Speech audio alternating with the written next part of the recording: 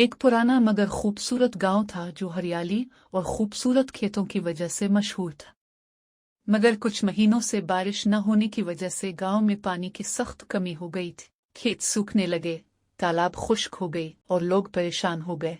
इसी दौरान शहजाद जो पैंट शर्ट पहने हुए था और उसकी बहन आयशा जो हिजाब में थी, शहर से अपने नाना नानी के गांव घूमने आए। पहले तो उन्हें इस बात का एहसास न हुआ, मगर जब उन्होंने देखा कि लोग पानी के लिए परेशान हैं, जानवर भूख और प्यास से मर रहे हैं और किसान उदास बैठे हैं, तो उन्हें बहुत दुख हुआ। हमें कुछ करना होगा, आयशा ने कहा। मगर हम क्या कर सकते हैं, शहजाद ने सोचा।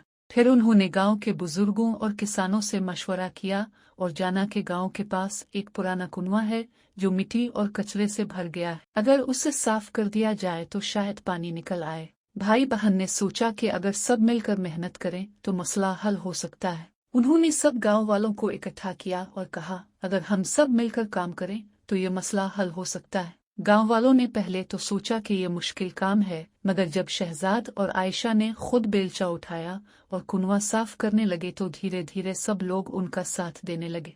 सब मिलकर मिट्टी निकालने लगे, पत्थर हटाने लगे और चंद दिनों के अंदर अंदर कुआं बिल्कुल साफ हो गया। जब आखिरी दिन सब काम मुकम्मल हो गया तो एक बुजुर्ग ने दुआ की और जैसे ही वो अपनी दुआ मुकम्मल कर चुके, कुएं से पानी उबल कर निकलने लगा। गांव वालों की खुशी का कोई ठिकाना न रहा। सब ने मिलकर अल्लाह का शुक्र अदा किया और शहजाद और आयशा का शुक्रिया अदा किया। इस तरह दो शहरी बच्चों की सूझबूझ और मेहनत ने एक गांव की मुसीबत दूर कर दी। उनकी छोटी सी कोशिश ने सबको एक नया हौसला दिया और गांव फिर से हरे भरे खेतों से भर गया।